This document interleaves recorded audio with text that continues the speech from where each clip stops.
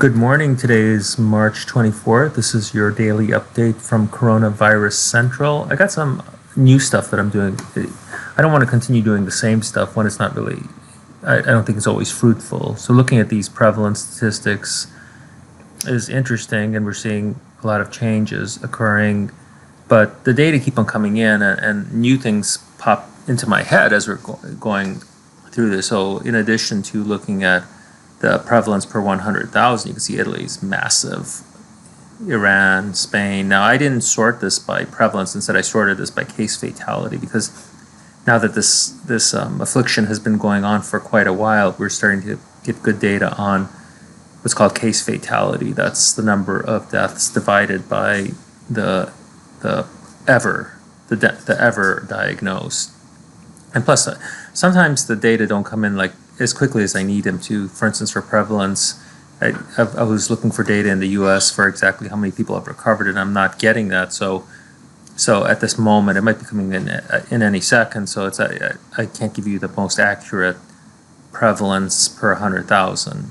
So we'll do the best I can. But the case fatality is looking interesting, where you have like about 10% of people who are afflicted with this disease die in Italy, 8% in Iran, 7% in Spain, and we go down. I highlighted up to those that have 2%.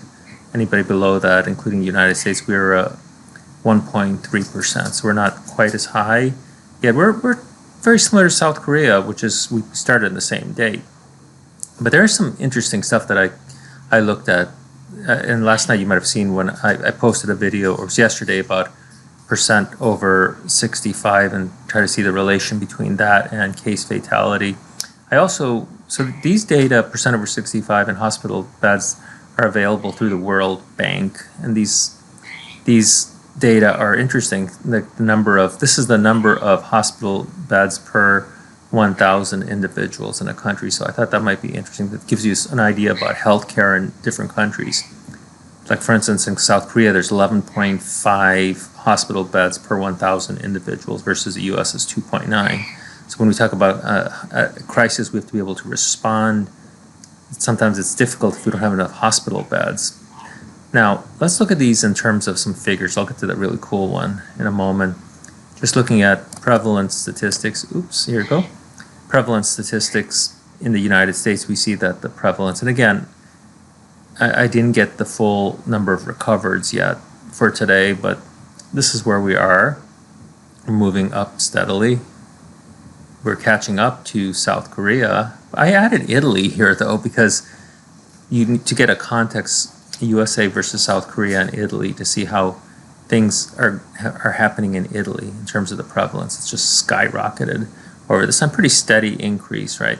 And in South Korea, we see this nice decline. Here in the U.S., we're still increasing. So we're increasing at a slower rate. And then I didn't test this for statistical significance, but apparently, visually speaking, we're moving at a little bit of a slower rate than in Italy. Now, this is the one that I find intriguing, and I'd like to follow this up. Those of you who are statistically minded, you might want to do this as well, because I only have, as you can see, I didn't have a lot of countries in here. And this is something that I'd like to look at further. I'd have to get the whole data set with like all the possible countries in there and run this maybe with a regression analysis. Right now, I don't have enough power with the number of countries that I have in here, although I did do a regression. I could talk about that too. So let's look at this here. This is the percentage of individuals above 65. So I sorted these data by case fatality from highest to low. So as we go from left to right, we have lower case fatalities, right? Now you'll see that there's a mirroring in some ways of hospital beds to individuals over 65. They look similar. There's also a mirroring to a certain degree on population density, although there's some areas are worse than others. You'll notice that there's a lot more hospital beds in South Korea compared to their population density in the same. And the United States is more normal looking. So this is one reason maybe we see these great changes in South Korea versus in the U.S. So this is interesting. If we look at the deaths, how they occur, now you see Italy has a very large percentage of the population above above 65, right? But their hospital beds are not quite where they should be. If you compare them to, say, Germany and against South Korea, it seems like there's a proportionate increase in the proportion of hospital beds available to the individuals above 65. And you look at the deaths in Germany are much lower. So you see that slope going down here when it hits Germany, China, and then South Korea, of course. So apparently these may be important or not important, but I try to run a regression analysis and controlling for all of these factors: hospital beds, percentage of individuals over 65, and to predict case fatality, including population density. So those are my three predictors at this time. And again, I only have a handful of countries here, so I need more countries. I did get a negative relation controlling for those other factors. If you don't know what that is, you should consult a regression analysis textbook. But controlling means holding all these other variables constant. I do find a negative relation at a p-value of 0.14. So now some people live or die only by alpha of 0.05. That's their traditional p-value. The p-value is very subjective, and you can go as high as 0.15. There's a good Stevens reference for this if you're interested in that.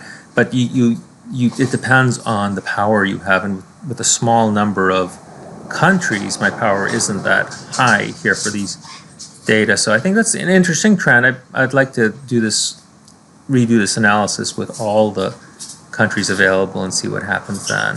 So it may be something to look at, but it certainly would make sense that if the more hospital beds we have, the better we can treat individuals. So that seems to be something to follow over the next few days as we try to understand why there are disparities in deaths due to the coronavirus. And see, Piper seems to agree.